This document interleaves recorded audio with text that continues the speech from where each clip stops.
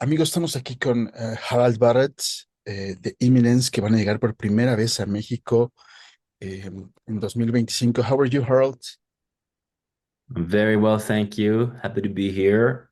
Well, Harold, since the early days, Imminence has evolved from, classical metalcore into something darker, more emotional, more theatrical. When did you feel like you had truly found your sonic identity? Um, it's a good question because I think our sonic identity will always change if you understand what I mean. I think that our sonic identity has been right for us with every album that we released. I think there is something about imminent sound. I think there is what it is essentially. It's a vulnerability. It's like very heavy and dark, and it's very grimy and evil in a way, but it also has very serene and beautiful elements. And I think it meets somewhere in the middle here. And then how that sounds, it has been different every single time with every single album. But I would say that from maybe Turn the Light On and onwards, it has been a little bit more streamlined. It felt more like a development. In the beginning, we were going very much from, very, very big contrasts with the album and the sound. And from Turn the Light On and onwards, it has sort of found its way. Several times, the Black has been described as your most introspective and raw work to date. Uh, for you, what personal emotions drove you to create such a deeply emotional album? Well, the all our music comes from the same place. It comes from our experiences. It comes what's going on inside of us. It can come from dark times. It can come from good times. The album in itself it is about this black void, this kind of disbelief and this kind of fear and the kind of anxiety that you are afraid that's just gonna take over you. But the album also has hope. It has hope, and it talks about strength, about the strength to go through difficult times, to try to take it, make it into something positive, and and feeling that you're not alone, feeling that you're not just only by yourself. For this album, one of the most celebrated decisions you made was this freedom to build songs without worrying about conventional lengths or structures. How liberating for you was to break those rules on the Black? Uh, I mean, we have always been able to write music the way we wanted to. We could do whatever we wanted. We never really had anyone telling us what we can and cannot do. But I think with the Black, we felt like there's no reason for us to talk about what the sound should be or trying to figure it out. We just kind of let it happen. And it will, if the song would make the album or not, we didn't really care about. We just wrote whatever we felt. And I think we took things a bit further than we had ever done before. If you wanted to make something heavy and brutal, we just went like, let's go as much as we can. And if we wanted to make something that is maybe more beautiful and maybe more classical. Let's just do that. Let's just see how far we can take it. And that was very exciting. I think we learned a lot about ourselves doing that. You know, throughout Imminence music, in your albums, there's a constant tension between beauty and darkness, melody and aggression. How did you balance that duality without one overpowering the other? Um, it's wow.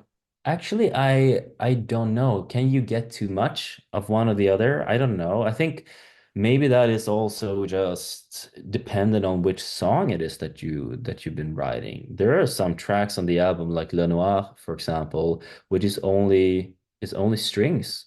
And that's fine. It's a piece, a music that is just composed on strings. There are no vocals, guitars, or drums or anything like it, but it's a beautiful song that speaks exactly what it's supposed to.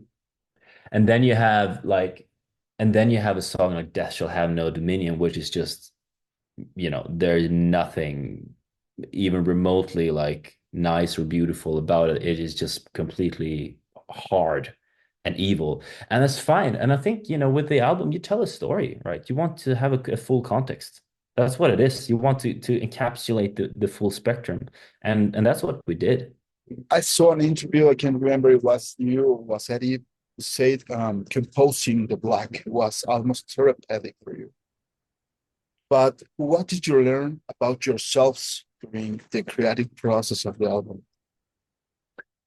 Um, I think something we learned by writing this album is that I think the black it pinpointed really well sort of what Imminence is. I think it put us on the sonic map of today's modern metal. I think it really pointed out what we're doing best, and I think it pointed out the emotion that we can deliver in our music. I think before we were heading in that direction, but I think we learned that we can just trust ourselves and believe in whatever we want to do. And when we just do that, the result is always the best. Like we don't have to feel like, oh, well, maybe we shouldn't go too far in that direction, or maybe not too far in this direction. And I believe that we learned what we do very well. I think we brought up a lot of our strengths with this album, and I think we understood what kind of band we are and the potential we have. Eminence visually, your aesthetic has become increasingly cinematic. How involved are you in the visual design of your shows, all the videos, all the artwork? Mhm. So the process has always been sort of the same. Ever since the absolute first album, we have been working with the same graphic designer.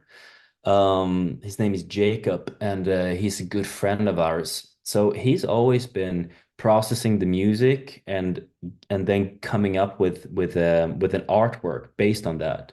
And that has been also through discussing the lyrical themes and diving into where we are as individuals over the time. And on that, with this direction of the world we're trying to build, the concept we're trying to build with the album, we have also shaped a video concept because we love cinema, we love movies and film and so.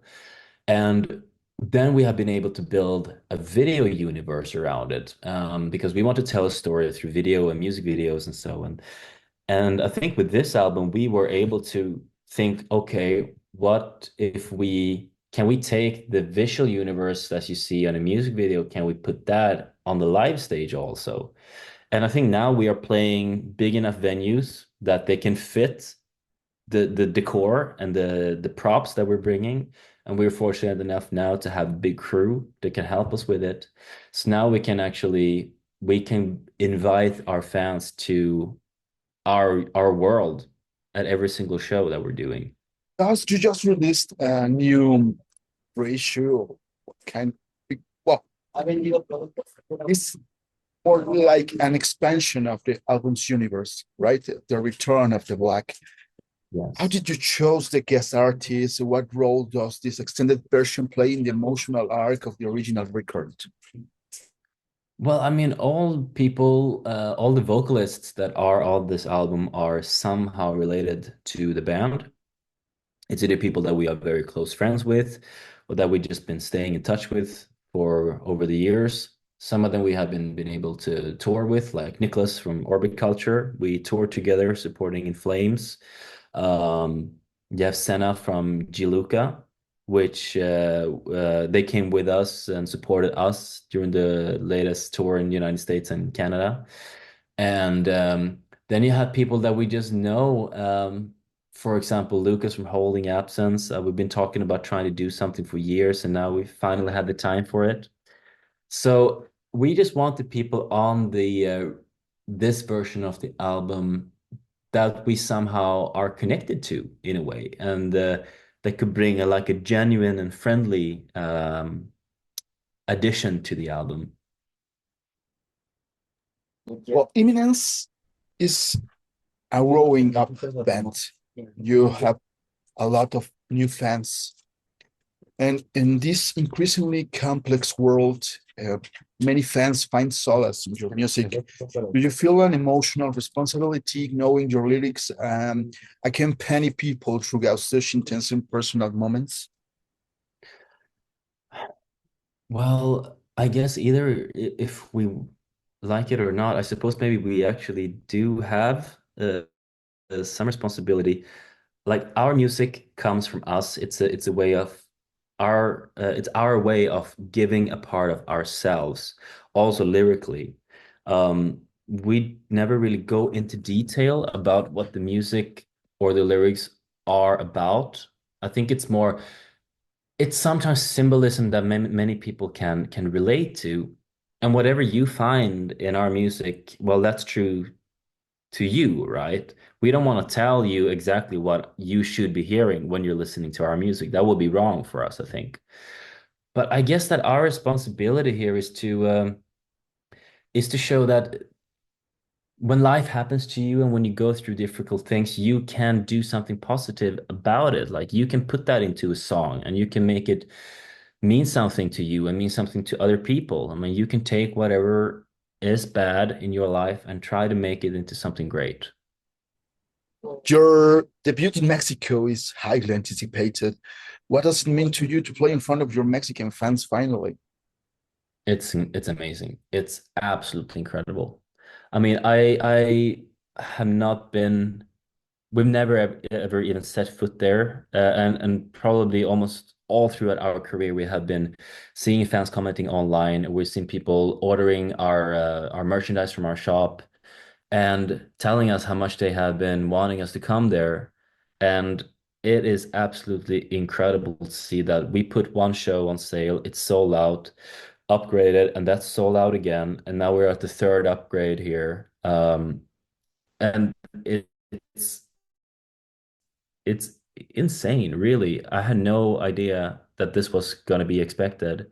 And we are just incredibly humbled to see this sort of response over there. And we're absolutely looking forward to it so much. Have you noticed a kind of special connection with your Latin American audience, especially, of course, online? Were you surprised by how fast your fan base grew here in this region? Well, the thing is that when you have never been somewhere before, you don't know if you have an audience there or not. But apparently we did. And I can just hope that after this show, we are going to come back, and I hope this is the first time of many, many times that we can visit Mexico. And I just think that this is going to be a very, very special night because it's the first time. And this is our big entrance. It's the entrance to Mexico here. Um, so I hope that even more people are going to find us and that we're going to have an even bigger audience the other times we're coming around. And are you working on new material, or is it too soon to think about that? Uh, I can tell you that me and Eddie, who are writing the music, we are meeting up every week to write new stuff. Hi, I'm Harald from Imminence. You're listening to Suma Inferno, and we are going to play Mexico City for the very first time at Circo Volador in September. I hope to see you there.